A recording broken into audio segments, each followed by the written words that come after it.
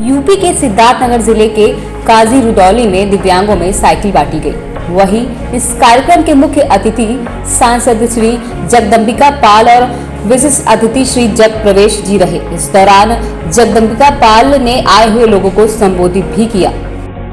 फिर भी माँ अपने उस दिव्यांग बच्चे के साथ पूरा जीवन समर्पित करके उसको पढ़ाने का, उसको बड़ा करने की पूरी कोशिश करती है।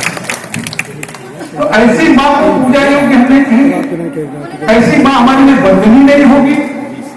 ऐसी माँ को हम सुबह साक्षात देवी की तरह से प्रणाम नहीं करेंगे कि उन बच्चों को, जो बच्चे दीप दंत है, गूंगे हैं, बहरे हैं, किस तरह से माँ उनको पालती, किस तरह से खिलाती है, वो दैनिक क्रिया नहीं बता सकते। कब उन्हें बाथरूम जाना है, कब टॉयलेट जाना है।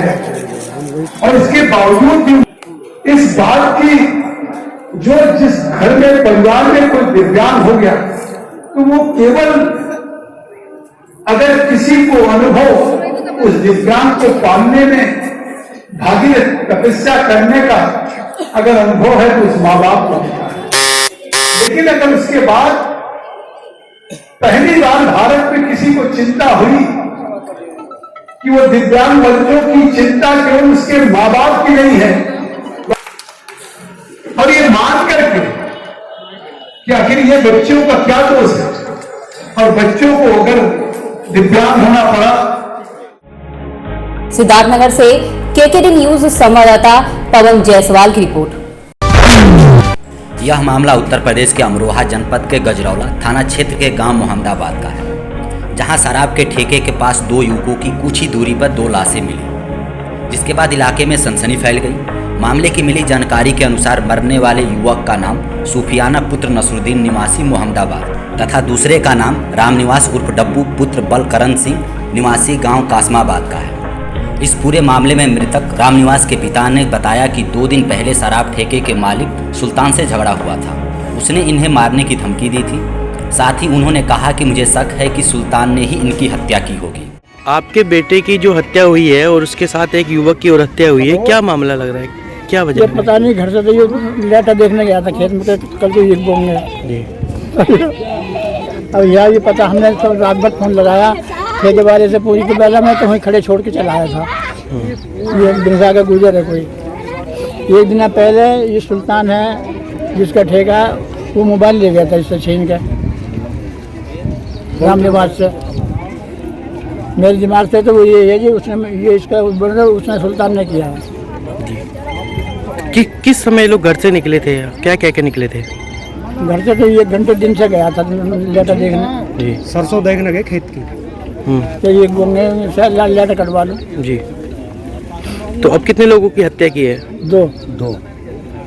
ये सफियान मोहम्मदाबाद का, ये हमारा लड़का है रामनिवास। हत्या का क्या कारण लग रहा है, कुछ लग रहा है किस तरीके से इनकी हत्या की गई? अब आगे देखा जी, रात की हत्या तो जी ये है ठेकेदार की, ठेकेदार से खून जो है इसका छत पर पड़ा पीछे जी। और वहाँ से उसको तो नीचे फेंका जी, भगा वहाँ से, इसे यहाँ से पकड़ लिया, इसे यहाँ इसको गला घोट के मार दिया। इस घटना की जानकारी मिलने के बाद मौके पर पहुंची पुलिस ने मृतकों के शव को कब्जे में लेकर पोस्टमार्टम के लिए भेज दिया। साथ ही कहा कि परिवार वालों ने जिन पर आरोप लगाया है उस पूरे बिंदु पर जांच की जाएगी। उनकी तहरीर के आधार पर अग्रिम मुकदमा दर्ज कराई जाएगी। देखिए, ऐसा है, ये सुबह सूचना आई थी।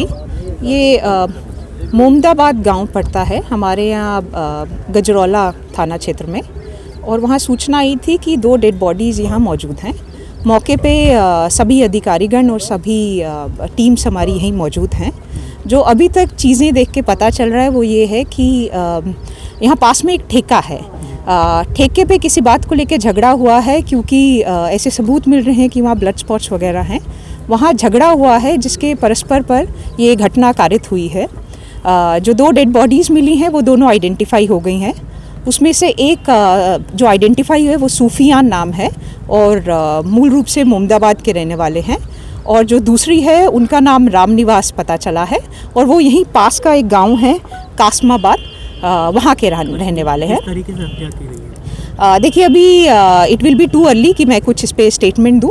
एक बार पीएम वगैरह हो जाए तो मैं ज़्यादा डिटेल दे पाऊँगी। और जो भी प्रोग्रेस होगा आप लोगों के साथ शेयर कर लिया जाएगा। अमरोहा से केकेडी न्यूज के ब्यूरो चीफ मुजमिल हुसैन की रिपोर्ट।